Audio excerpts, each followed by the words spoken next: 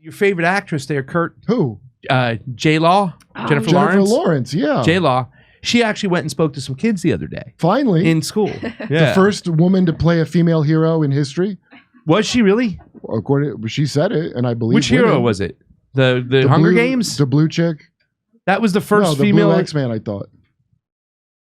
She was the blue X-Men woman. After Rebecca Romaine Stamos, who I don't talk about because then she would be first. Gotcha. You're right. Well, she went and spoke to some kids the other day at some school. Check it out over here. The Amazing. This is amazing. Just when you think 100% of Hollywoods are satanic pedos, Jennifer Lawrence, otherwise J-Law, is that what we call her? J-Law. The girl from the Hunger Games is dropping facts about the corrupt United States government. I'm here because, as corny as it sounds, I love my country and I want to protect it. Oh, let's hear this.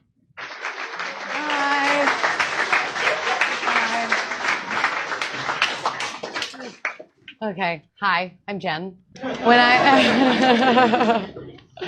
When I was your age, I didn't give a flying flooey about politics, so I totally get it. If you don't, I grew up in a politically divided household, so I've always felt really, really strongly that politics aren't like sports. You know, there's no need to have team loyalty. So I'm not here to tell you how to vote.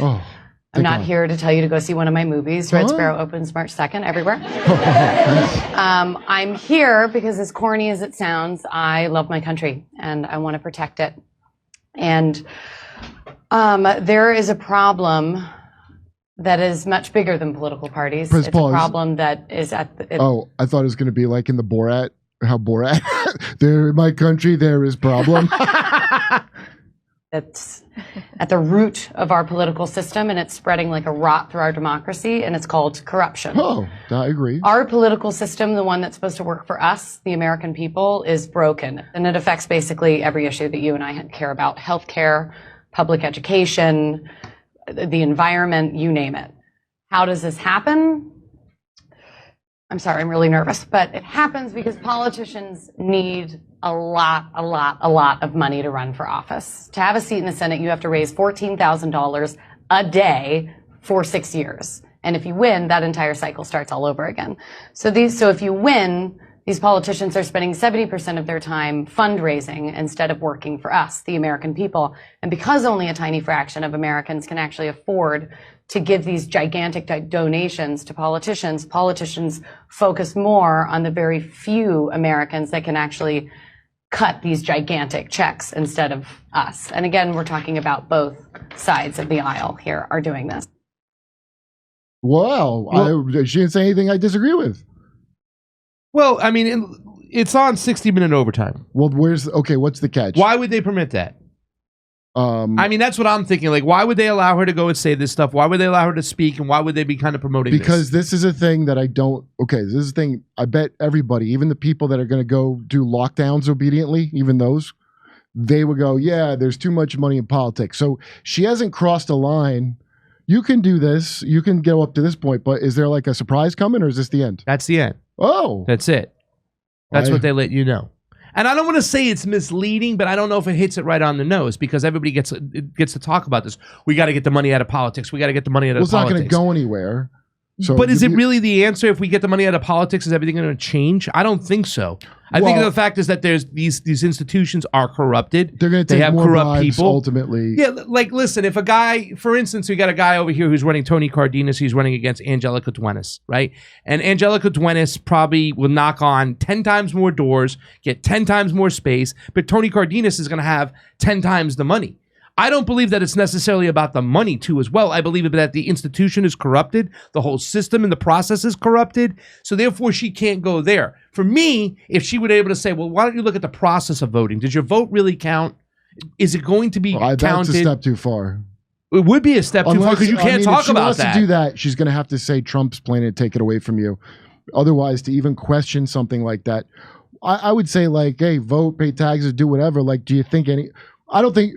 It's funny watching these people write this thing. It's on 60 Minutes Overtime. Yeah. I think she believes what she's saying. Okay. Which is the thing I agree with. That, okay, that $14,000 a day thing is a good point.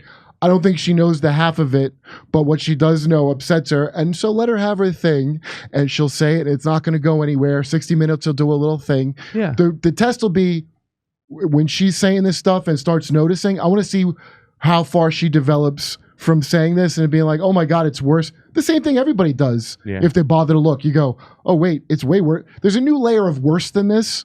So she just discovered the first layer of worse. And it's like having Bernie Sanders to divert your energy into thinking there's a choice.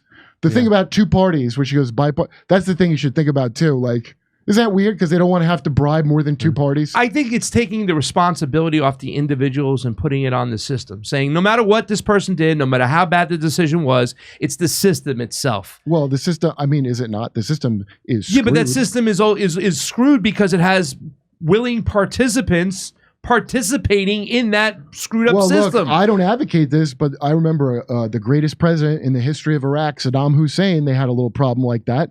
And he did what he had to do and dabbed his eyes as they were taken out of the room. I saw the tape because he felt like he drained the swamp, put it that way. Saddam he did too. He was like, take them.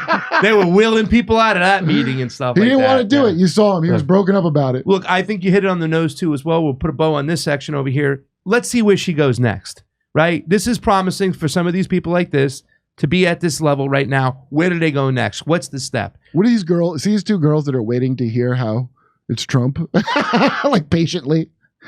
They're waiting here. Well, I was mocking Say this. something bad about Trump. I was mocking this at the beginning. I was like, oh, all right. I don't disagree so far. We'll see where it goes. Jennifer Lawrence says that we all agree. We all agree on the same issues. Climate change. No. Education. No. Healthcare. But not everybody agrees on those those things. are all the leftist so she's liberal, assuming exactly. Okay, healthcare. Well, she's talking to those college kids, right? So also, environment don't have to be climate change. Environment could be, all the, like just the masks we mask throughout that are going to be breathed into you again, and you're going to drink those masks, and you're going to have your children's, if you even are fertile, your child's taint will be smaller from the particles of the mat. Environment covers a lot of stuff. it does. But here's the thing she hit on the nose that she was 100% correct about. It's corruption.